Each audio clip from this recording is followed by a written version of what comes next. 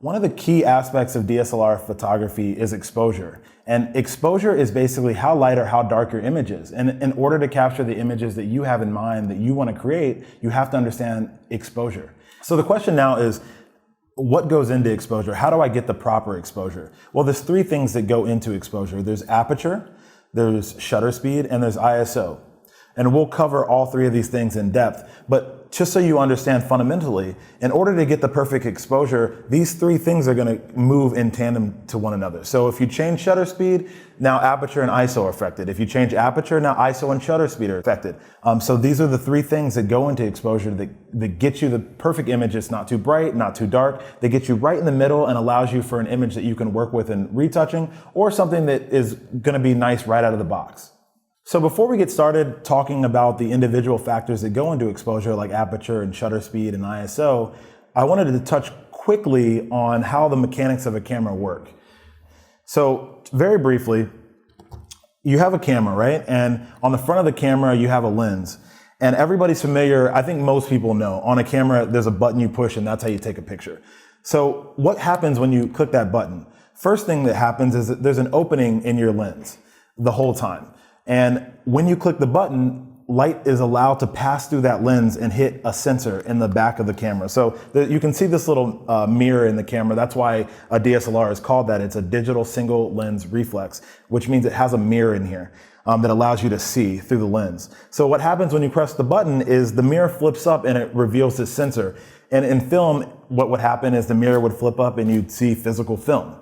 So you click the button, light passes through this lens, makes contact with the sensor, and how long that light hits that sensor is what determines your exposure. So let's talk about shutter speed. Shutter speed is the part that controls the duration, or the amount of time that light is allowed to hit the sensor, which is where the image is printed or captured.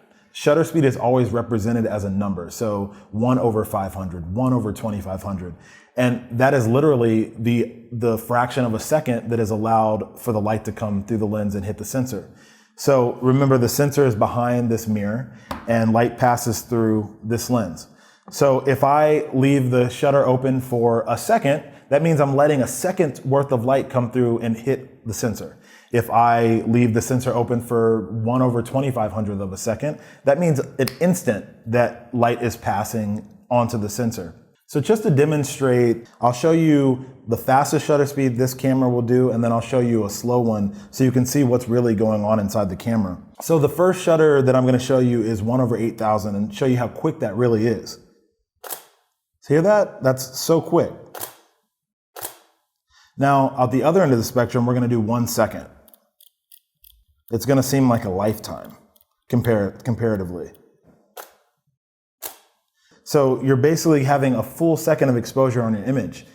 So that's a big drastic difference, and you want to understand what those different ranges will deliver to your final image. So one of the great things about shutter speed is it sort of serves two purposes.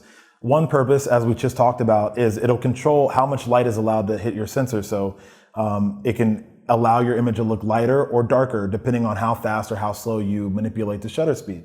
But the second thing it does, it allows you to freeze motion. So if you shoot with a faster shutter speed, you can freeze motion. However, if you want to see some motion in your image, a slower shutter speed will allow you to obtain that. For instance, you're trying to shoot a friend walking across the street and you want to freeze that motion, you might want to be in a shutter range of 1/250 to 1/500. And you might be able to physically hand hold that camera and really get a good frozen, sharp image of somebody walking. Now, if you want to catch something like a car or somebody running or jogging, you're going to need to shoot a little bit faster. And that range is probably going to be around 1/1000, 1/2500, or maybe even a little faster. Now, on the other end of the spectrum, if you want to show a little blur but also keep your subject sharp, you might be somewhere in the range of 1/30. Say you're taking a picture of a beautiful waterfall and you want to make the water look smooth and silky, you might be at half a second. You might be at a full second. And if you're taking a picture at night and you want to show a beautiful skyline with the stars twinkling and be able to capture sort of lights moving as they drive through highways or intersections and see that light trail, you're going to want to shoot even slower, maybe at 30 seconds exposure. So you can use shutter speed all along the spectrum to capture some really cool and creative photos, but it's about knowing those typical ranges and being able to hone in on that allow you to really take control of the camera and the picture that comes out of as a result of it. The other benefit of shutter speed is it allows you to negate the impact of camera shake. So for instance, I'm holding a camera right now and it's not on, but if I hold this camera for 2 or 3 seconds, you'll notice, or at least I can notice up close, that the camera shakes a little bit. It's not perfectly steady. And the faster you shoot an image, the less that becomes a factor. The slower you shoot an image, the more likely you're to be susceptible to the camera shake and seeing that on the final image. So remember that not only can shutter speed help you in controlling your exposure, it can also help you with getting rid of camera shake. It can help you freeze motion. It can also help you show motion in an image. So it's got a lot of impact that it can have on the final image that you're trying to shoot. So the next thing I want to talk about is aperture. And aperture is basically the size of the opening through which light passes through the lens. Now, how does that have an effect on exposure? Well, the bigger the opening in the lens, the more light will pass through. And the smaller the opening in the lens, the less light will pass through. So directly impacts whether the image will be dark or light. Now, aperture is denoted as a number as well, and it's called the f-stop. The f-stop controls the size of the opening. It's going to sound a little counterintuitive, but the smaller the number, the bigger the opening.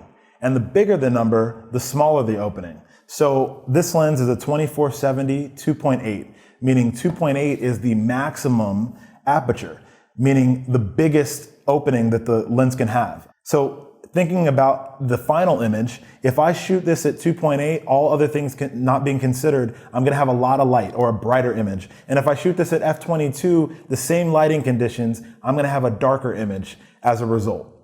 So not only can you use aperture to help control the exposure of your image, you can also use aperture to help with sort of the creative aspects of your image. One of the things that gets mentioned a lot with aperture is depth of field. And let's do it in layman's terms. Depth of field is basically how blurry the picture ends up being beyond the thing that you're pointing the camera at. So if I'm shooting a picture of a person right in front of me and I focus on their face and I want their face to be really sharp and crisp, what does the rest of the image look like beyond that person? Is it really blurry? Is it in focus? And that's basically our depth of field. The more blurry the image becomes beyond the subject is the more shallow the depth of field is. If the image behind that subject is really sharp and in focus, we'll say that depth of field isn't very shallow. When you're using a camera, let's just use this 2.8 maximum aperture lens as an example. If I'm shooting at 2.8, the maximum aperture or the widest opening, if I take a picture of the person in front of me and I focus on their face, everything behind them will start to look blurry because at 2.8, with the opening being so wide, everything is going to fall out of focus beyond the subject. Now, if I turn my f-stop to f22 and go really, really sharp, things behind that person are going to start to look in focus. So how can you use these different aperture values to benefit your photo?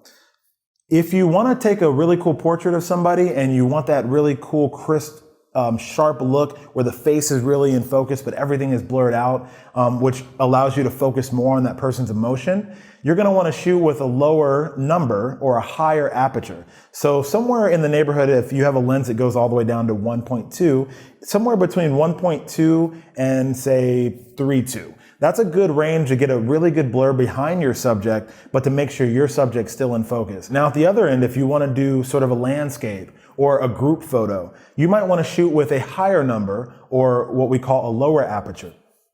So let's go with a group of 3 or 4 people, and you want to make sure all their faces are in focus. I like to start somewhere in the neighborhood of 5.6 and then work all the way up to 8 or 11.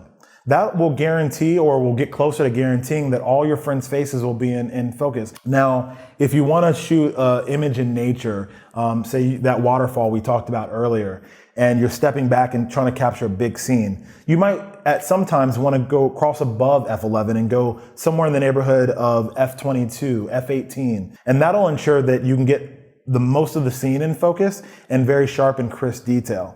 Now, for most of us, we probably won't need to go above f11, and that's just fine. And for a lot of nature scenes, you won't need to go above f11 either. But those are a good sort of rule of thumb of what you need to do in order to catch these different instances. So remember, the lower number will get that beautiful blur when you're taking pictures of your friends up close for portraits. The middle numbers, 5, 6 to 8, will give you good results if you're trying to get a group of people in sharp focus. And then things around f8 and above are going to give you good shots if you're trying to look for those beautiful landscapes in good focus. So the last factor on the exposure triangle is ISO. For brevity, I'm going to just call it ISO. I like to think of ISO as the weapon of last resort. It's one of the things that you want to keep as low as possible, and let me explain why. So ISO basically affects the sensitivity that your sensor has to light, meaning the higher the number, the more sensitive, meaning brighter. The lower the number, the less sensitive it is to light, so the darker the image. The reason I call this the weapon of last resort is the higher the number goes, meaning let's just say it bottoms out at 100 and it goes all the way up to 3200. The higher you make that number, the more susceptible your final image will be to digital noise. And digital noise is similar to like in the film days of having heavier grain, except unfortunately digital noise doesn't look so great. It's not black and white, it's not monochromatic. It's literally these weird colors and grainy texture to your final image. And you want to try to avoid that. So that's why shooting a lower number is always going to be better. And that's why I also call this the weapon of last resort, because if you are in a situation where there's not enough light and you've already maxed out your aperture, meaning you're shooting at a lower number, a bigger opening in your aperture, you're shooting the slowest speed you can shoot on your shutter speed in order to handhold your camera but not deal with the camera shake, then the last thing you can possibly do is affect your ISO. So if you have to move your ISO to 1600, for instance, because you're shooting inside and the light's not that great, you're going to have a noisier image than if you were shooting outside in bright daylight with an ISO at 100. So you want to be aware of those things when you're shifting around the parameters of your exposure triangle. Most cameras in 2017 will be able to shoot anywhere from 100 ISO all the way up to 6400.